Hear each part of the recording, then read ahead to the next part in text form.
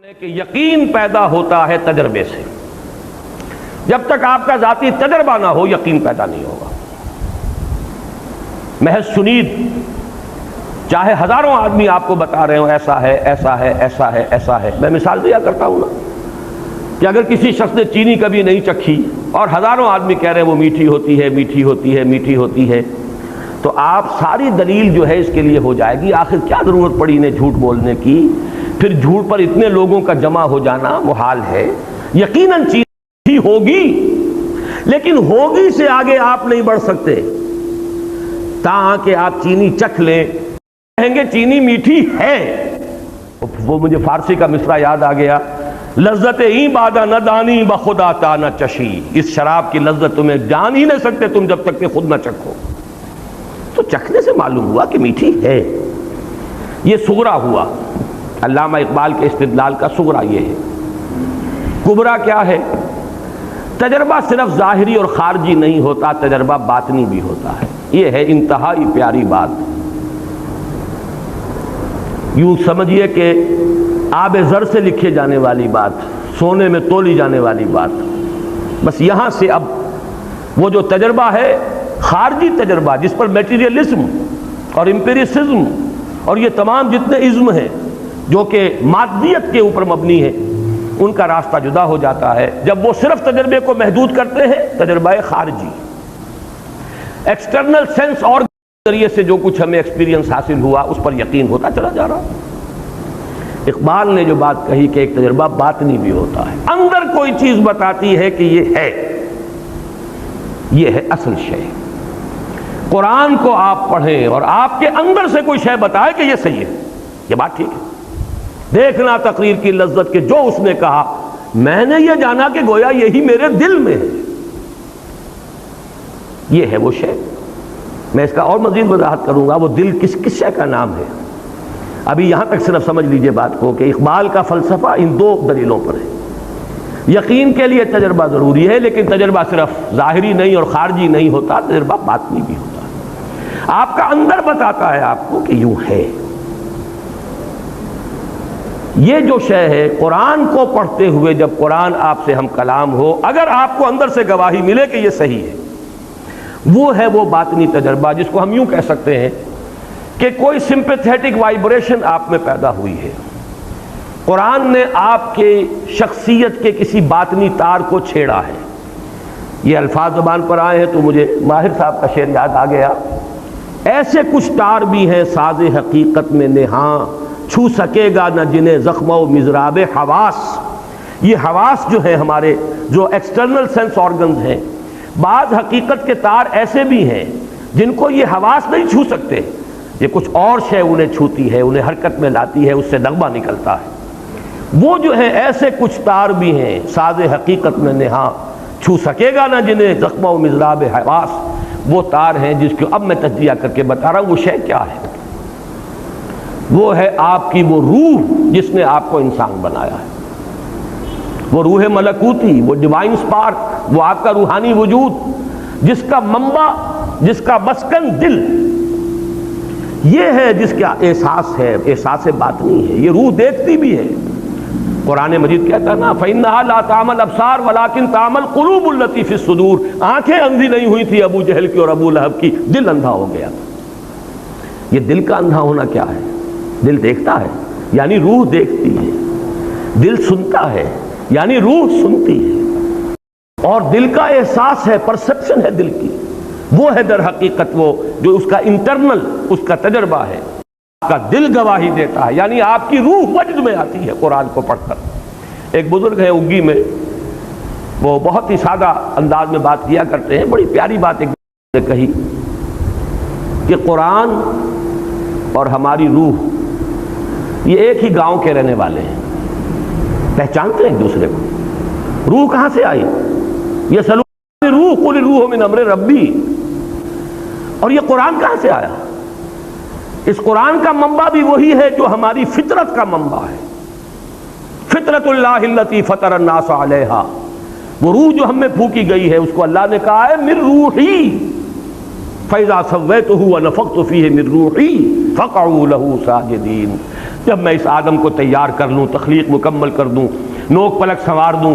سورہ ہجر میں بھی یہ آیت آئی ہے انہی الفاظ میں، اور سورہ صاد میں بھی آئی ہے، فَإِذَا سَوَّيْتُهُ وَنَفَخْتُ فِيهِ مِن رُوحِي فَقَعُوا لَهُ سَاجِدِينَ، اپنی روح میں سے پھونک دوں تو گر پڑنا اس کے سامنے سجدے میں۔ وہ روح ہے ہمارے اندر، اور یہ روح وجد میں آتی ہے، قرآن اس پر نازل ہوتا ہے، وہ وجد میں آتی ہے، یہ وجد ہے وہ کیفیت۔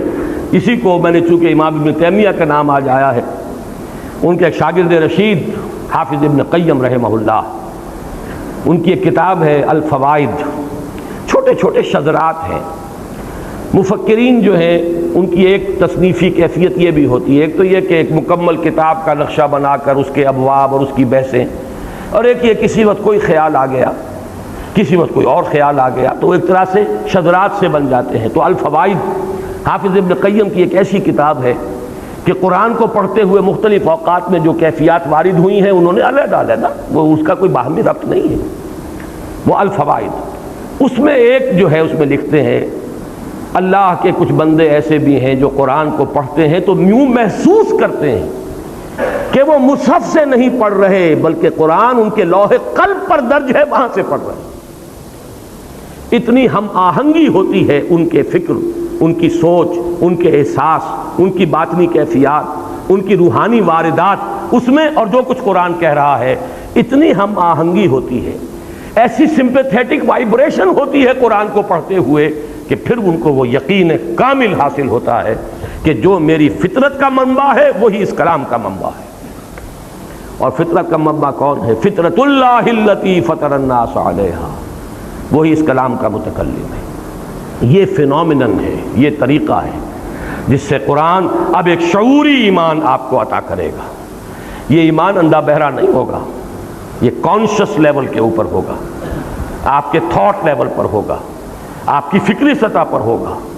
یہ قرآن آپ کی ہستی کے ان اندر کے تار جو ہیں، چھپے ہوئے تار جو حواس کی گرفت سے باہر ہیں، ان کو جنبش میں لائے گا، اس سے وہ نغمہ ملکوتی جو ہے وہ ظاہر ہوگا۔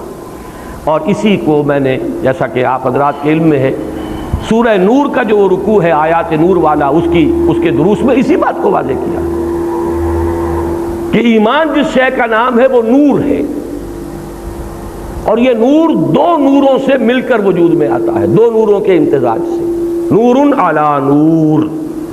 ایک نور نور فطرت ہے، یعنی نور روح جو اندر موجود ہے، ایک نور نور وحی ہے، قرآن پاک جو آپ کے سامنے آتا ہے۔ اگر یہ دونوں چیزوں کی ہم آہنگی ہو جائے، اگر وہ لینگویج بیریئر ہٹ گیا ہو، نیت صاف ہو، طلب ہدایت ہو، اور اب یہ لینگویج بیریئر بھی نہیں ہے، ہم کلامی ہے، مخاطبہ ہے اللہ کے ساتھ اور قرآن کے ساتھ، یا کم سے کم قرآن مجید کو اپنے دل تک پہنچنے کے لیے کوئی راستے میں رکاوٹ آپ نے باقی نہیں چھوڑی ہے، تو اب آپ کو ایسی ہم آہنگی محسوس ہوگی، یہ دونوں نور جمع ہو جائیں گے، نور علی نور یہد اللہ لنورہ من یشاء ویضرب اللہ الامثال للناس واللہ بکل شیء علیم۔ یہ ہے اصل راستہ۔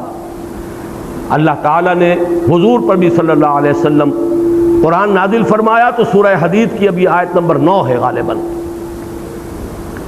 جہاں جھنجھوڑا گیا مسلمانوں کو، گویا کہ مجھ سے اور آپ سے خطاب ہے۔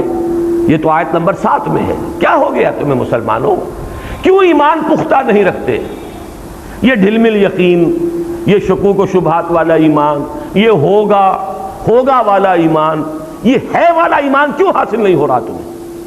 وَمَا لَكُمْ لَا تُؤْمِنُونَ بِاللَّهِ وَالرَّسُولُ يَدْعُوكُمْ لِتُؤْمِنُوا بِرَبِّكُمْ وَقَدْ أَخَذَ مِيثَاقَكُمْ إِن كُنتُم مُؤْمِنِينَ۔ اس کے بعد فرمایا هُوَ الَّذِي يُنَزِّلُ عَلَىٰ عَبْدِهِ آيَاتٍ بَيِّنَاتٍ لِيُخْرِجَكُم مِّنَ الظُّلُمَاتِ إِلَى النُّورِ وَإِنَّ اللَّهَ بِكُمْ لَرَءُوفٌ رَحِيمٌ۔ وہی تو ہے اللہ جو اپنے بندے پر صلی اللہ علیہ وسلم یہ آیات بینات نازل فرما رہا ہے تاکہ نکالے تمہیں اندھیروں سے روشنی کی طرف، کفر کا اندھیرا، شرک کا اندھیرا، الحاد کا اندھیرا، مادہ پرستی کا اندھیرا، خواہشات کا اندھیرا، جذبات کا اندھیرا، ان ہزار اندھیروں سے نکال کر نور ایمان میں لانے والی شے آیات بینات ہیں اس قرآن حکیم کی۔ یہ ہے اصل منبع، یہ ہے سرچشمہ۔ صحابہ کرام کے دلوں میں بھی حضور نے ایمان اس ذریعے سے پیدا کیا ہے۔ یتلو علیہم آیاتہ ویزکیہم ویعلمہم الکتاب والحکمہ. باقی اس پر مزید جس کو آپ کہیں گے بونس انہیں حاصل ہوا ہے وہ صحبت محمدی صلی اللہ علیہ وسلم. وہ بونس اب کسی کو حاصل نہیں ہو سکتا. البتہ یہ کلام پاک تو ہے، یہ تو حضور دے کر گئے ہیں. آپ کا جو آخری خطبہ ہے خطبہ حجۃ الوداع، اس کے آخری جملوں میں یہ بھی ہے قد ترکت فیکم ما ان اعتصمتم بہ لن تضلوا ابدا کتاب اللہ. لوگوں دیکھو میں جا رہا ہوں لیکن تمہیں بے یار و مددگار چھوڑ دی ہے میں نے تم میں وہ شے چھوڑ کر جا رہا ہوں، دے کر جا رہا ہوں وہ شے کہ اگر اسے مضبوطی سے تھامے رکھو گے کبھی گمراہ نہیں ہوگے. اور وہ اللہ کی کتاب ہے جس کے بارے میں اس حدیث میں آیا فیہ خبر ما قبلکم و نبأ ما بعدکم و حکم ما بینکم وہو ذکر الحکیم وہو الصراط المستقیم وہو حبل اللہ المتین. اور یہ حدیث ختم ہوتی ہے ان 4 ٹکڑوں پر. من قال بہ صدقہ، جس نے اس قرآن کی بنیاد پر کوئی بات کہی اس نے سچ کہا. من حکم بہ عدلا، جس نے اس کی بنیاد پر کوئی فیصلہ کیا اس نے عدل کیا. من عمل بہ اجرا، جس نے اس پر عمل کیا اس کا اجر محفوظ. ومن دعا الیہ فقد ہدی الی صراط مستقیم، اور جس نے اس قرآن کی طرف بلایا کسی اور کو ہدایت ہو نہ ہو اس کی ہدایت ہو گئی صراط مستقیم کی طرف. یہ گارنٹی ہے محمد الرسول اللہ صلی اللہ علیہ وسلم کی طرف سے. یہ ہے ایمان کے حاصل کرنے کا اصل ذریعہ.